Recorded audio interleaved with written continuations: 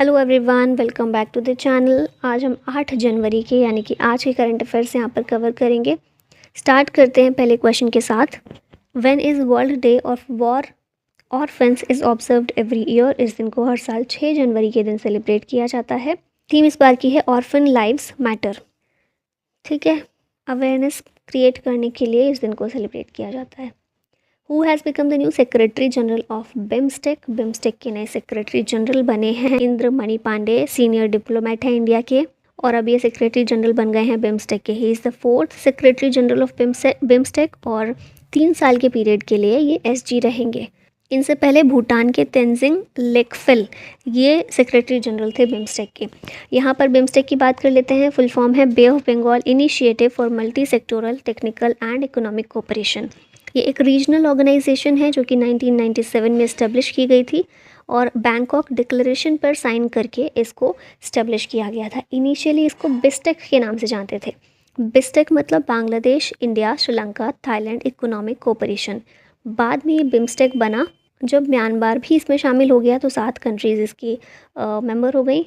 जब 2004 में भूटान और नेपाल भी इसमें शामिल हो गए। तो फिलहाल हम देखते हैं 7 मेंबर कंट्रीज़ हैं इसमें। India, Bhutan, Bangladesh, Myanmar, Thailand, Nepal और श्रीलंका। वर्ल्ड की पॉपुलेशन का 21% इन 7 कंट्रीज़ में हमें देखने को मिलता है। 2022 में बिम्स्टेक की जो मीटिंग हुई थी, समिट हुई थी, वो श्रीलंका में हुई थी। हेडक्वार्टर है बिम्स्टेक का ढाका, बांग्लादेश में और सेक्रेटरी जनरल अभी इंडिया के इंद्र मणि पांडे बने हैं। Who has become the new executive director of Asian Development Bank? ADB, इसके ED अभी रिसेंटली विकासशील बनाए गए हैं। सीनियर ब्यूरोक्रेट हैं। ठीक है, और 3 साल के लिए ADB के एग्जीक्यूटिव डायरेक्टर ये रहने वाले हैं। ADB की बात करें तो इस्टेब्लिश हुआ था 1966 में। हेडक्वार्टर है मनीला, फिलीपींस में। मेंबरशिप अगर देखें 68 कंट्रीज़ इसमें शामिल हैं। प्रेसिडेंट हैं इसके मसात्सुगु असाकावा। अगला क्वेश्चन, अच्छा इंपॉर्टेंट अपॉइंटमेंट्स यहाँ पर रिवाइज कर लेते हैं। रिसेंटली कोटक महिंद्रा बैंक के MD और CEO बने हैं Ashok Vaswani. 16th finance commission के चेयरमैन हैं अरविंद पनगड़िया।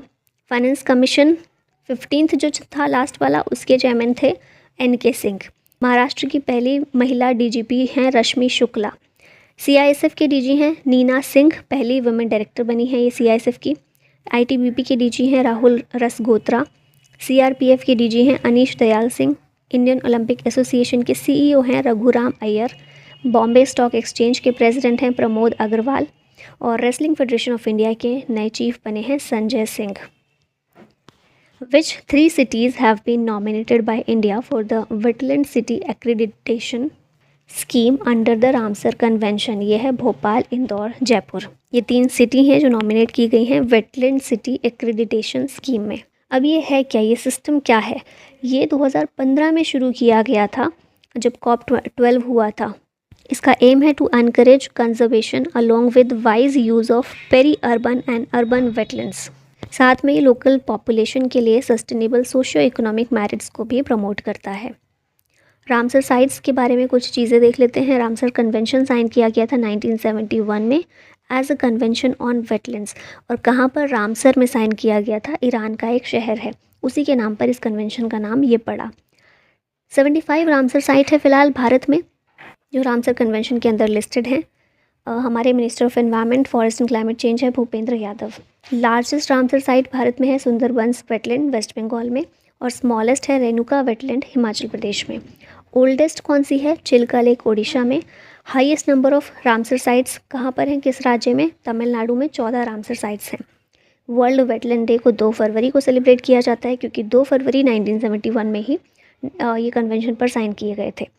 और थीम 2023 के लिए इसकी थी वेटलैंड्स रिस्टोरेशन।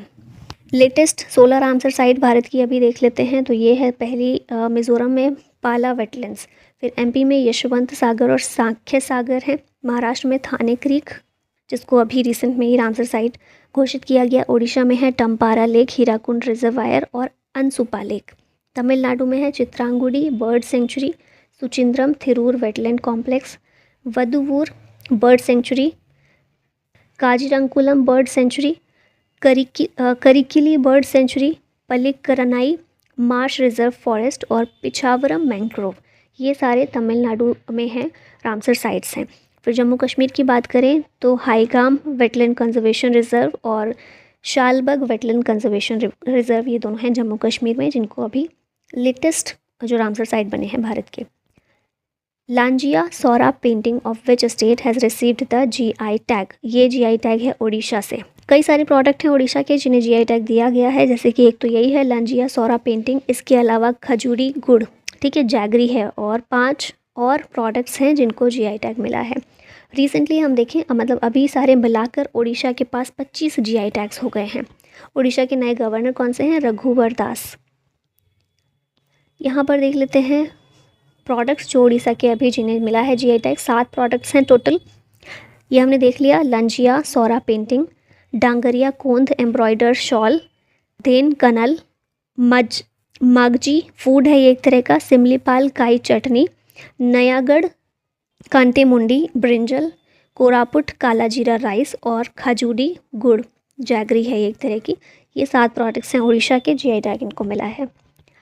आदि Kekir handmade carpets of which state have got GI tag, ये कारपेट्स अरुणाचल प्रदेश से बिलोंग करते हैं। हैंडमेड कारपेट है, हाथ से बनाए जाते हैं, और ये बेसिकली तिब्बतन सेटलर्स के द्वारा बनाए जाते हैं। आदि केकिर हैंडमेड कारपेट हैं। इसके अलावा वांचो वुडन क्राफ्ट को भी GI टैग मिला है, दोनों ही प्रोडक्ट हैं अरुणाचल प्रदेश से।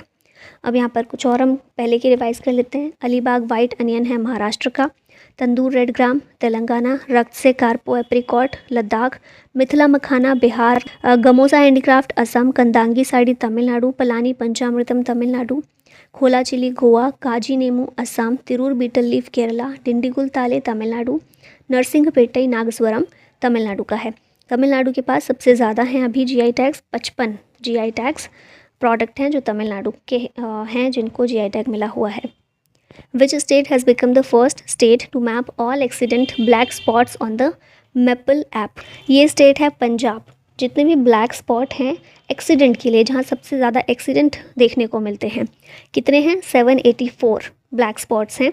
इन्हें मैपल ऐप पर मैप किया गया है, ठीक है। मैप माई इंडिया के द्वारा इस ऐप को डेवलप किया गया, एक नेविगेशन सिस्टम है जिसे भारत में ही डेवलप किया गया, इसमें ये सारे मेंशन किए गए हैं, ठीक है। और पंजाब गवर्नमेंट का एक इनिशिएटिव शुरू किया जा रहा है जिसमें पंजाब गवर्नमेंट के द्वारा सड़क सुरक्षा फोर्स को लॉन्च किया जाएगा। तो इसी के प्रिपरेशन के तहत ये भी किया गया है, क्योंकि जहाँ जहाँ फोर्स वहीं पर तैनात होगी ना जहाँ पर ये सारे ब्लैक स्पॉट्स हैं एक्सीडेंट के, तो इसीलिए मैपिंग करनी तो ज़रूरी है। पृथ्वी विज्ञान या फिर Prithvi scheme has been launched recently by which ministry, इसको मिनिस्ट्री ऑफ अर्थ साइंसेज के द्वारा लॉन्च किया गया है, ठीक है। मिनिस्ट्री ऑफ अर्थ साइंसेज का इनिशिएटिव है to enhance the understanding of the earth and its vital science. 2021 से लेकर 26 तक के लिए इसमें पैसा एलोकेट किया गया है और इसका एम है to significantly enhance research modelling and service delivery across crucial areas like weather, climate, oceans and the polar regions. Which country has declared snow leopard as its national symbol, ये है Kyrgyzstan. Kyrgyzstan ने snow leopard को अपने national symbol के तौर पर अभी declare किया है रिसेंटली, ठीक है। किर्गिस्तान सेंट्रल एशिया की कंट्री है, कैपिटल है इसकी बिश्केक, करेंसी सोम इस्तेमाल होती है और प्रेसिडेंट हैं सादिर जापारोव। स्नो लेपर्ड की बात कर लेते हैं तो हमारे यहाँ भारत में लद्दाख और हिमाचल प्रदेश का स्टेट एनिमल है स्नो लेपर्ड। इसका साइंटिफिक नाम है पैंथेरा यूनसिया। इसको घोस्ट ऑफ द माउंटेन्स के नाम से भी जाना जाता है। फिर हमारी भारत सरकार के द्वारा 2009 में प्रोजेक्ट स्नो लेपर्ड को भी लॉन्च किया गया था। फिर बेसिकली देखिए मेजर लोकेशन कौन सी है भारत में स्नो लेपर्ड की, तो पहला है हेमिस नेशनल पार्क लद्दाख में, गंगोत्री नेशनल पार्क उत्तराखंड में, कंचनजंगा नेशनल पार्क सिक्किम में और great Himalayan national park Himachal Pradesh में, ठीक है।